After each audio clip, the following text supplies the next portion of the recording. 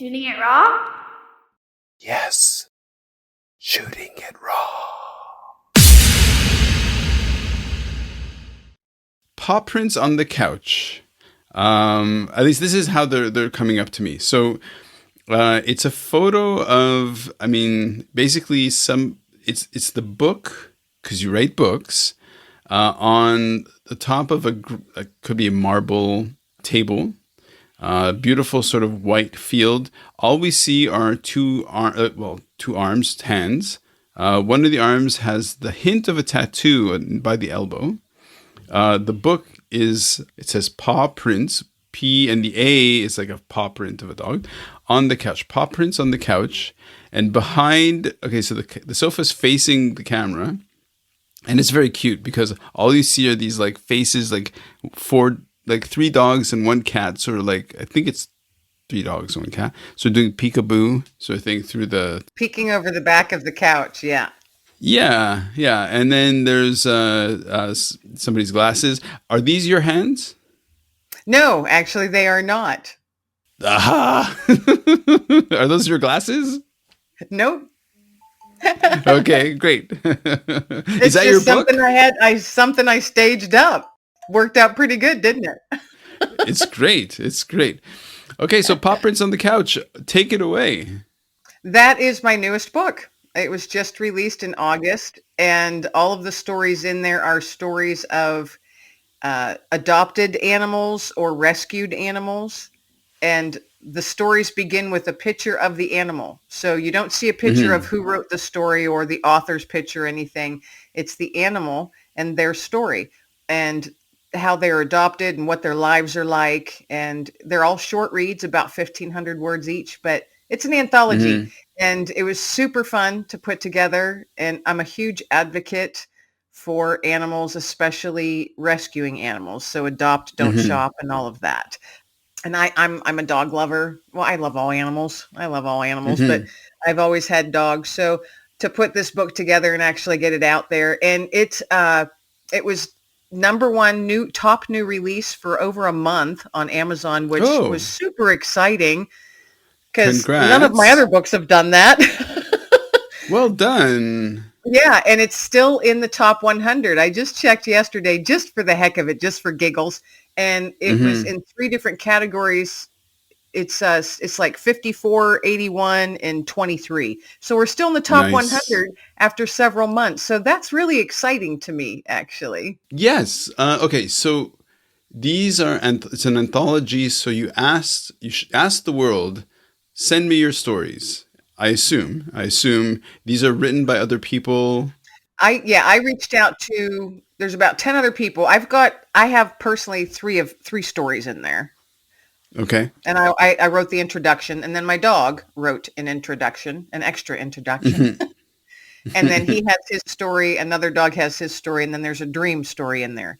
So a chunk of that book is me. And then the others I just personally asked some folks that I knew that I knew that they had good stories with their animals, good rescue stories. So they they decided to share theirs as well. And I mean, it's such a cool journey to go on with these people. And I love creating and coordinating anthologies because I get to meet some amazing people, and the stories that they share, they're pretty raw, and you have to make yourself kind of vulnerable to do that. And I'm always humbled that people are willing to do that, and they're entrusting me with their words to get them out into the world. That's fantastic. Pawprints on the Couch. I'm just going to keep repeating it so people can go and order the book. It's always hard to know. I was talking to somebody and they were sort of saying that it's like an album. Actually talking to somebody, my guests for this coming week's podcast, we're talking about how do things become popular, and like on a record, for example, a band didn't think a particular song was especially good, yet that's the one that captured people's imaginations. So in the same way, it hasn't been that long that the book's been out, but is there one story that really kind of seems to hook people? The feedback that I've gotten, and I get so emotional with this book, because there's a lot of giggles that you'll get in the book, but you're gonna need some Kleenex when Mm, you read it, because pets' lives don't last as long as we would like them to, and you always there's always those goodbyes. And yeah. there's my dream story in there that ends the Okay. book, that kind of closes the book out, and it's called A Special Visit. And it's a dream that I had after my dog Digger died, and I'd had him for 14 years, and I had this intense dream of walking on a path in the woods and him coming to me and explaining to me where he was now and who he was walking with, and that it was so incredibly neat where he was Mm-hmm. at, and that my love went with him. Oh. Well, he's with God. So he said, "Do you remember when we went on all those walks together? Who were you always talking to?" And I said, "I was talking to God. I prayed every morning out there when we went on our walks." Mm-hmm. And he goes, "Well, that's who I'm walking with now, Mom." He said, "I told God that you're probably really sad and you probably miss me a lot." And I said, "You're right. I do miss you a lot, and I am very sad." He goes, "But I also told him that you were stubborn." And he goes, "And God chuckled." And I went, "You mean God laughed at me?" And he goes, "No, he laughed because of you." And she goes, Mm-hmm. and in the dream, this was so real. In the dream, my dog says to me, "Mom, do you know what happens when God laughs?" And I said, "I have no idea, sweet pea. What happens when God laughs?" And he said, "It's as if all the souls are singing, and all the love in Mm. all the world is up here with us." And when I woke up, That's what you that was woke my up to. dream. And when I woke up, I was sitting on the edge of my bed crying. That's how I woke up. Wow. Wow. Wow. But it wasn't sad tears. It was happy tears, Mm-hmm. like, "Oh my gosh, that was the most amazing thing that just happened."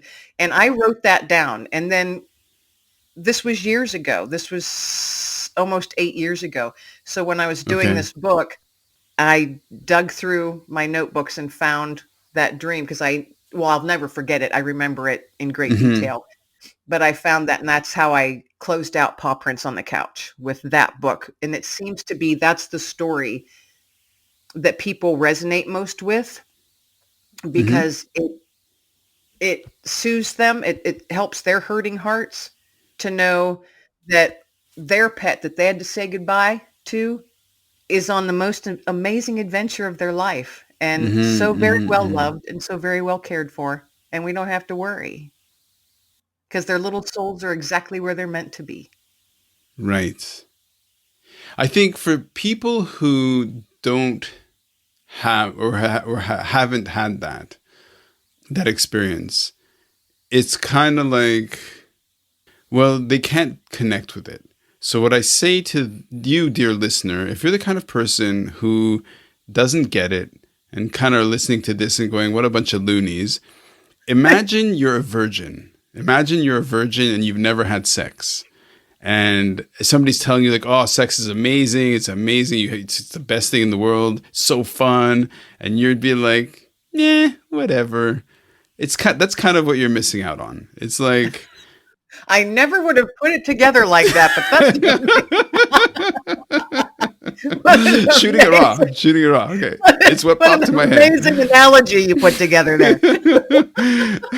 No, but it's like, it's kind of like for the people who haven't experienced it's a stuff of tears. It's a stuff of that it'll both crush you and make you sore. It is the most amazing, right? And so in my Yeah. case, I didn't want to have this one particular rescue. His name was Kafka. I was like, "No, we have too many dogs. I mean, blah, blah, blah, all this stuff." I was resistant.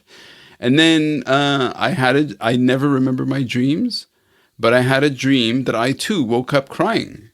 And I was just like, "Are you my dog?" And, he was the kind of dog who looks at you right in the face. And I was just like, "Okay, you're my dog," and that changed it forever. And of course, he died. He died, and it was really traumatic and really painful.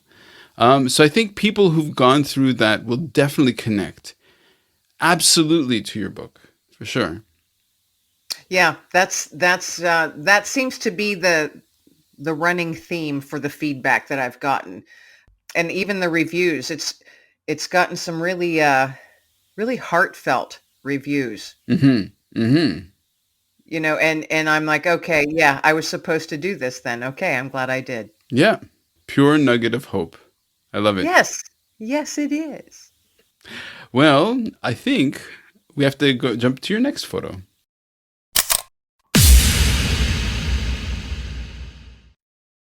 So, is life really a gift? Really? Can you make every second count? That's the whole point of the podcast. So, if you like what you've seen and you're inspired, because that really is my mission, then please give it a like, subscribe, and share. Shooting it raw?